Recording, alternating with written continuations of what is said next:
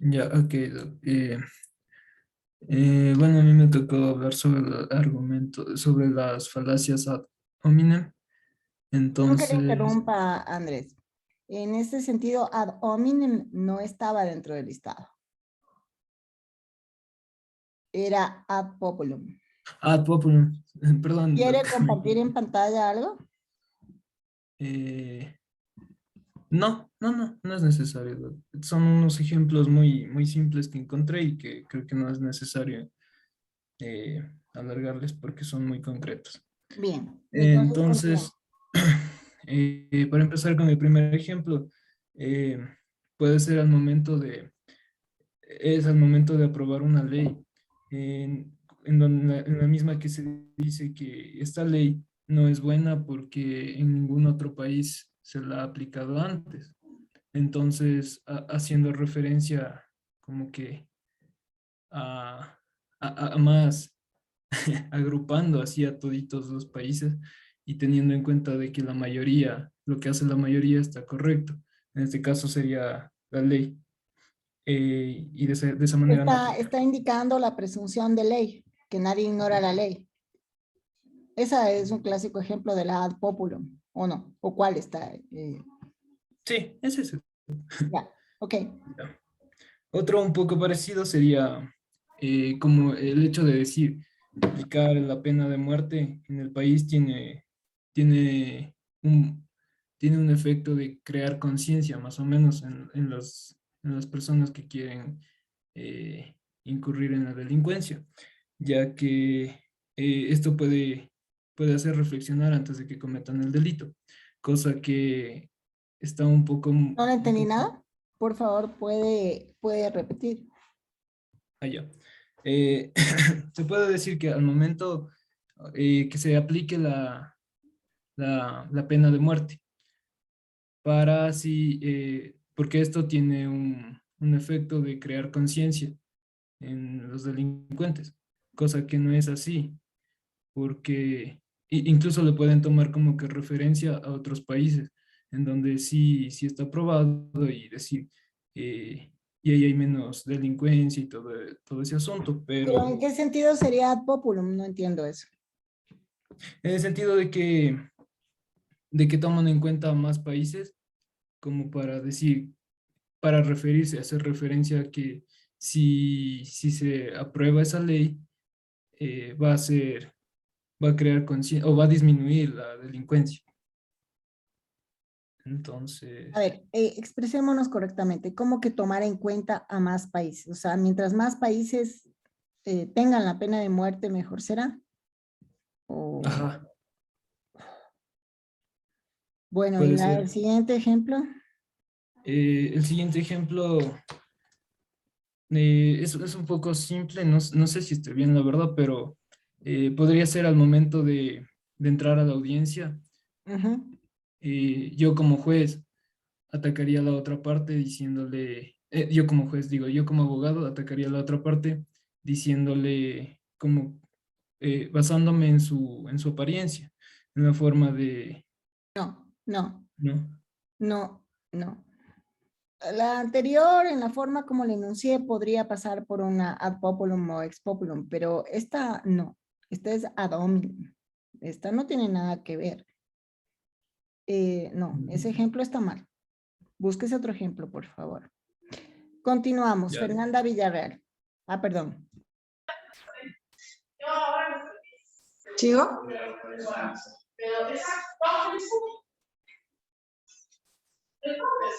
Ya. Doc, yo sí quiero compartir pantalla. No sé si me puede habilitar. No está habilitado. Sí, sí está. Ya, ahora sí. Mm,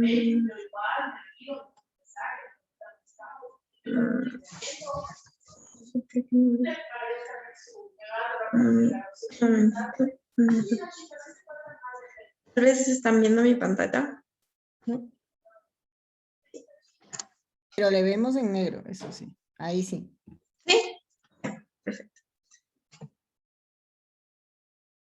Ya, yo voy a exponer sobre las falacias, la generalización apresurada. El ejemplo número 1 que yo puse es que se descubrió un juez de la Corte Provincial de Pichincha recibiendo coimas. Por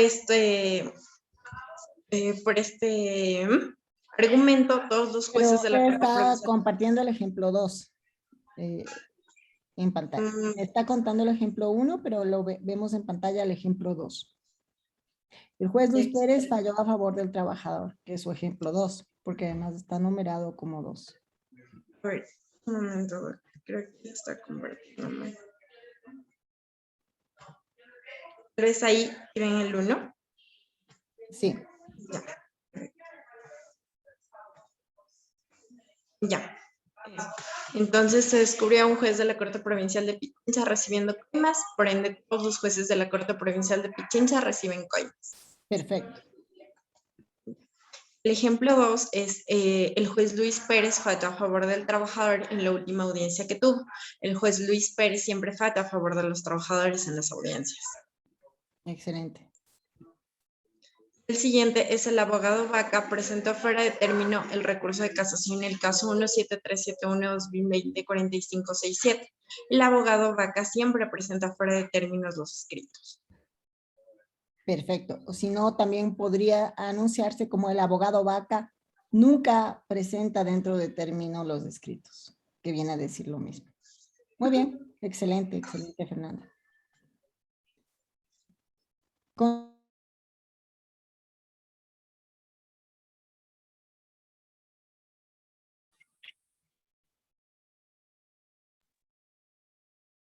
De misericordia, por favor. Sí, doctora, es el tema que Carolina voy a Alcázar, por favor, aclaro. Me pareció importante recalcar que en este tipo de falacias también se apela mucho a la culpa de quien está escuchando, en este caso sería el juez. Entonces, una frase que tengo para explicar de mejor manera lo que acabo de decir es: quien está libre de pecados, que bote la primera piedra. Entonces, de esta manera, se apela a este sentido de culpa de la Una otra pequeña persona. corrección. No siempre el que escuche es el juez. Acuérdese que en una audiencia tenemos generalmente la contraparte, el juez, puede existir el auxilio, el equipo de auxilio, las oficinas técnicas, los peritos, ¿no es cierto? Auxiliares de la justicia y el público. Entonces todos ellos escuchan. Pero a quien, lo que yo le entiendo a ustedes, que esta falacia usted la ha orientado como ejemplo al juez. Sí, o sea, para más facilidad lo hice, mis 3 ejemplos están dirigidos al juez. ¿Va a compartir pantalla o prefiere decirlo? No, prefiero decirlo así. En mi primer ejemplo es el siguiente.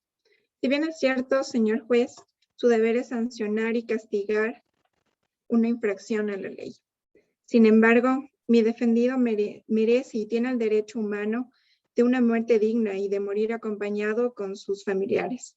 Es por esto que apelo a su sentido humano, por cuanto mi defendido sufre de una enfermedad catastrófica y sería injusto que muera en una cárcel de manera cruel. Entonces, de esta manera podemos ver que en el primer ejemplo se busca, como nos había explicado antes, dar un poco de compasión por esta persona que está siendo juzgada. El segundo ejemplo es: señor juez, mi cliente es una madre responsable, amorosa y preocupada por sus hijos. ¿Usted se imagina el dolor de una madre al separarse de sus hijos? Un dolor que ni usted ni yo le desearíamos a nadie. Por lo tanto, espero que su decisión sea el reflejo de compasión y comprensión que necesita esta madre. De igual manera, aquí lo hice un poco más puntual, queriéndome referir a la decisión que va a tomar el juez y haciéndolo un poco responsable, ¿no? De este dolor que tendría esta madre. Y el tercero sería... Y me gusta un poco este ejemplo, un poco porque además apela a la diferencia de género. Sin embargo, eso no es falacia, ¿sí? Pero la forma como usted la está dirigiendo, sí. porque está apelando a una misericordia que él no puede sentir porque él no es madre. Ujú. Ujú. El tercero es, señor juez, condenar a mi cliente significa dejar sin sustento económico a una familia que depende únicamente de mi defendido. Sin embargo, está en sus manos la decisión de esta controversia. De igual manera, es algo un poco más sensible porque el sustento de esta familia depende de la persona que va a ser condenada. Ujú. Muy bien, excelente. Gracias, señorita Benalcázar. Andrés, ¿ya encontró su tercer ejemplo? Ya, Doc. ¿A quién va En un, dirigido? ¿Qué sé yo? ¿Sí? ajá, va dirigido al juez en un caso penal, cuando el fiscal le dice, eh, señor juez, todos aquí sabemos que esta sociedad merece un futuro mejor, y no se puede lograr esto con criminales sueltos en la calle Bien, y bien, dejándolos. muy bien. Eso sí que es un argumento ad populum, efectivamente. Ujú.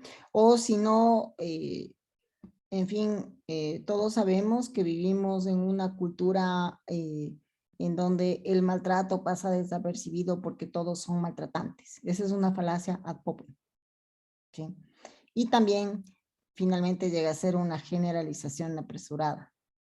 Ojo con eso, ¿no? Ya vamos a ver cuál sería entonces la diferencia o no hay diferencia entre las dos. Bien, pero eso lo podemos ver enseguida. Continuamos. Dentro del ejercicio nos toca...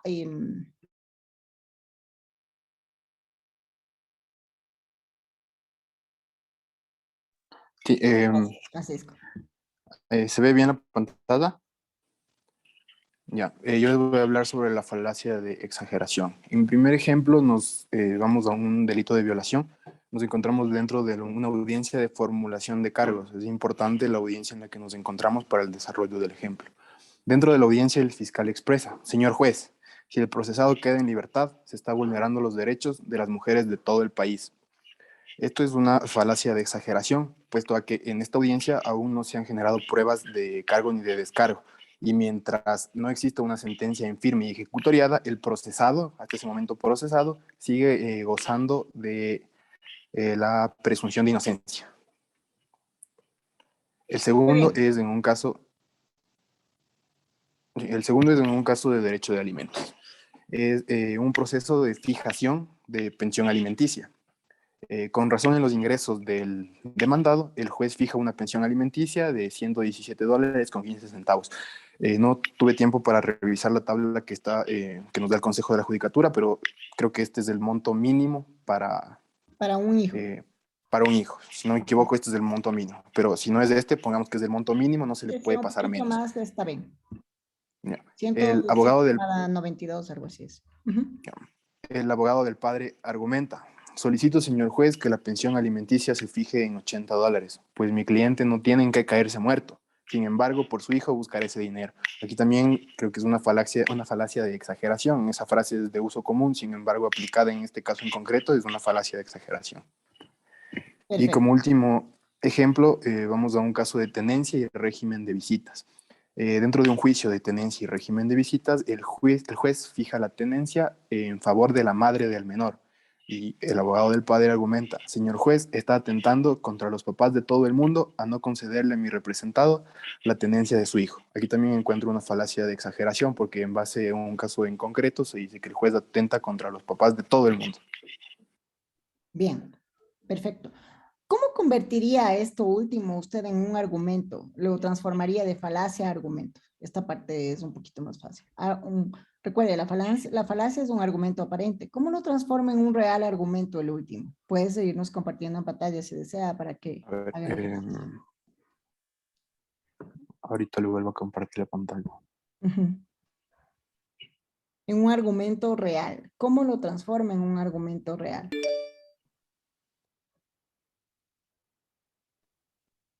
Mm. A ver, para transformarle a este último en un argumento real, en vez de decir que se atenta contra los derechos de los paz de todo el mundo, le cambiaría a un caso específico, a mi caso en específico, y diciéndole que en razón de que se ha fijado la tenencia a la madre del menor, se está atentando contra el derecho de mi defendido como padre. En vez de llevarle a la generalidad de todos, me centro en mi caso en específico. Perfecto. Gracias. Continuamos.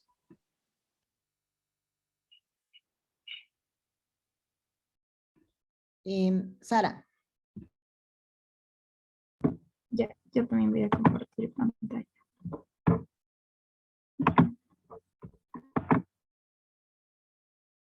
¿Ya la están viendo o todavía no?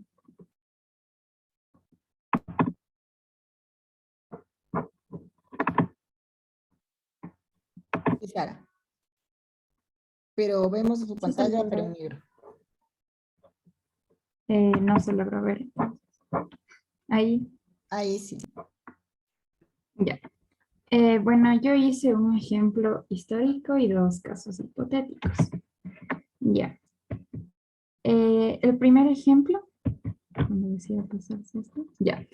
Es la expedición de las leyes raciales de Nuremberg. Estas fueron expedidas en el año de 1935.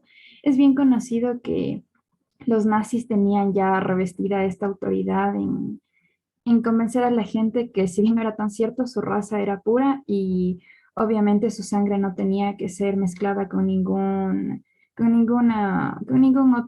otro grupo social. En este caso, la autoridad nunca fue cuestionada, las leyes se expidieron, ordenanzas como tal, y todo esto se justificaba en este régimen autoritario de mantener el régimen nazi. En este caso, se les negó a los judíos los derechos de mezclarse con alemanes, de obtener la ciudadanía, de votar, y etc. Luego esto también se extendió a los negros y a los gitanos. Bien. El ejemplo 2, este ya es hipotético, se da en un estudio jurídico. Por lo general siempre se suelen presentar estos choques entre los socios fundadores y los abogados junior. Entonces un cliente acude a una consulta legal para que se le asista obviamente y se pueda iniciar un juicio monetario. Sin embargo, el socio fundador y mayoritario de este estudio jurídico le dice que es mejor realizarlo por un procedimiento ejecutivo. El abogado junior le contradice frente al cliente y le dice que no, que se tiene que realizar el otro procedimiento. Sin embargo, el socio fundador se molesta y le dice que bajo sus años de experticia, él conoce qué procedimiento se debe hacer y que no debería cuestionarle. Excelente. Muy bien. Y el último ejemplo es un padre demandando la tenencia de su hijo menor. Obviamente se le da las pruebas al juez y bueno, se sigue la audiencia como tal. Este padre da una declaración de parte en la audiencia. La jueza le interrumpe y le dice que bajo todas las causas que ella ha conocido, ella conoce que bajo su campo de experiencia en el área, la madre siempre es el pariente idóneo con el que debe quedarse el niño. Y ya, eso sería. Bien, ¿cómo transformamos la falacia judicial en un argumento? Ustedes, la juez, en lugar de exhibir una falacia, la transforma en un argumento. ¿Cómo? La ley dispone expresamente que los menores de cierta edad tienen que quedarse el cuidado de la madre. Y si la madre no es catalogada como deficiente o como inhábil, no es inhábil. Bueno, tiene algunas, digamos, restricciones la mamá, Pero a menos mire de que que se usted está demuestre. apelando, no, usted está apelando aquí en la autoridad, ¿no es cierto? Entonces, por mi Ajá. experiencia. Pero ¿cómo hace que esto no suene a falacia? ¿Cómo hace que esto no suene la falacia, sino suene el argumento? Porque si usted me dice esto, primero que en realidad no es así, primero que ni siquiera es hasta cierta edad, sino siempre. Ah, sí, siempre, perdón, sí, sí, siempre. Hay una Pero se le presunción a prefiere favor la de la madre. madre, que es lo que Ujú. justamente en este momento se está resolviendo en la Corte Debatiendo. Constitucional con la acción de inconstitucionalidad 28, ¿no? Entonces, Ujú. no, del año 2016, 28-2016, entonces no. Ya. Pero, ¿cómo lo transforma en un argumento? Usted es la juez y quiere hacer sonar esto, realmente es el argumento suyo. Pero cuando usted lo dijo así, se transformó en una falacia, porque no solo porque, pero ¿de dónde proviene esa autoridad que ella tiene? De la ley misma. Mm. Porque fíjense que si ustedes me dicen, no, es que yo soy la juez y yo he visto siempre esto y siempre la mamá es la correcta. Usted lo que está haciendo ahí más bien es una falacia más orientada hacia la generalización apresurada antes que realmente la autoridad. Claro. Ujú.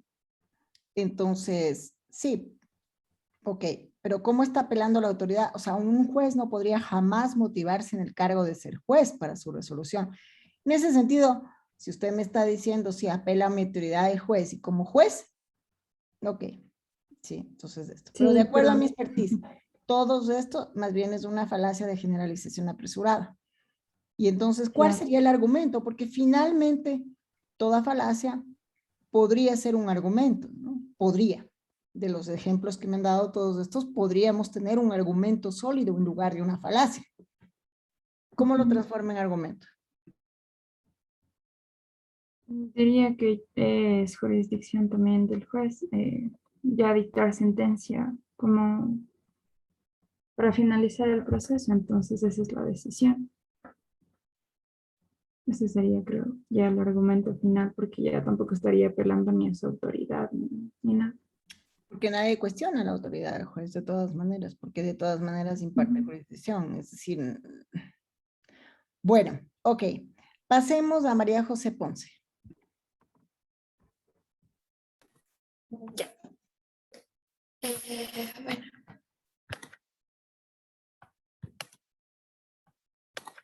ya. Yo tengo el dilema, la falacia del falso dilema, donde solo hay dos lados o dos caras, como nos comentaba la doctora. Mi primer ejemplo es que en un proceso penal por enriquecimiento ilícito, sin pruebas dentro del alegato final, el abogado litigante señala que si el juez falla en contra de su cliente será un corrupto que favorece al Estado, caso contrario, si falla a su favor, será un juez justo. Muy bien. El segundo es que en un juicio se sostiene que que de permitirse la salida al exterior del alimentante, no se podrá cobrar la pensión fijada. En cambio, si no viaja, sí podrá pagar. Aquí yo señalo que este es un argumento falso, porque el alimentante puede volver, o si es que en caso que no vuelve, igual puede enviar la pensión, o incluso eh, tiene los obligados subsidiarios que están solventes. Mi tercer ejemplo es que en una parte de un juicio de guarda y custodia, el abogado señala lo siguiente, que la contraparte deberá elegir entre ver a sus hijos con la persona porque solo ella, la madre, sabe cómo cuidarlos o no verlos porque él no sabe cómo estar con sus hijos. Aquí, ¿cuál sería el lado, los extremos? Del ver o no poder ver a sus hijos por el hecho de que se Eh, argumenta que no sabe cuidar a sus hijos, el padre no sabe cuidar a sus hijos, por lo tanto, si quiere ver a sus hijos, que sea junto con la madre, porque ella sí sabe cuidarlos. pero eso no sería más bien un juicio de visita, sino uno de tenencia. Así, Sí, en un juicio de sí, visita. sí, Ok, disculpe. ahí sí se entiende la falacia, digamos, Sí. de acuerdo a la explicación. Muy bien, finalmente Carolina Vázquez.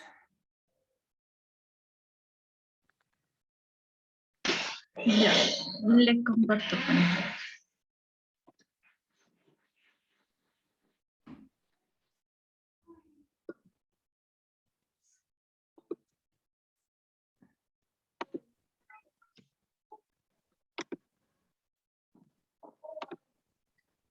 En el primer ejemplo tengo como falacia ad ignorantiam. Un abogado dice que su defendido es inocente de un robo porque no participó en el lugar de los hechos. El robo fue en una casa alejada de la ciudad en donde no hay medidas de seguridad y por lo tanto no pueden acusarle. Ya. El siguiente ejemplo es una chica de 18 años, dice que su presunto abusador es su novio y que tuvieron relaciones sexuales consensuadas. Por lo tanto, el juez declara que es inocente el presunto acusado. Y como tercer ejemplo, David Piña fue el autor de la violación y asesinato de Karina del Pozo. Por lo tanto, cumple una condena. Este ejemplo no lo entiendo. Por favor, ¿me puede explicar? Ya. ¿Cómo sería la falacia? O sea, como no hay, o sea, pruebas o algo que se haya refutado lo contrario para que él salga inocente, por eso David Piña está cumpliendo una condena.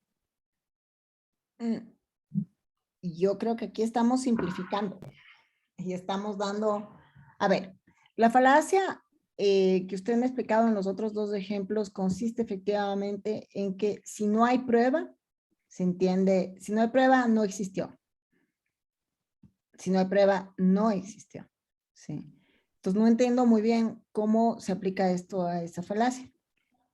O sea que David, o como no hay prueba que David Piña fue inocente y que no... Pero es que hay una presunción de inocencia. Entonces no hay que probar la inocencia. Es Estamos... que o sea, por lo que dicta el juez y bueno, porque por lo que él sigue en la cárcel, seguimos creyendo que él fue culpable. Entonces, eso es lo que él ya es para el derecho. Ojo, es que ahí no confundamos. Él ya para el derecho es culpable. No hay un recurso interpuesto o bueno, desconozco específicamente los detalles de caso, pero me parece que si ya está cumpliendo la condena, ya agotaron todos los recursos y en todos los recursos se demostró lo contrario de la presunción de inocencia. Justamente en el ámbito penal es mucho más difícil que exista esta ad ignorantium, porque muy difícil se supondría que sin pruebas se condene a una persona. Es decir, como no hubo testigos, no hubo robo. Esa es la presunción. Entonces, como no hubo testigos, no hubo violación, por ejemplo. ¿Sí? Cuando efectivamente hay otro tipo de pruebas, se puede acudir al testimonio de la víctima y cosas por el estilo. Entonces, este ejemplo está mal.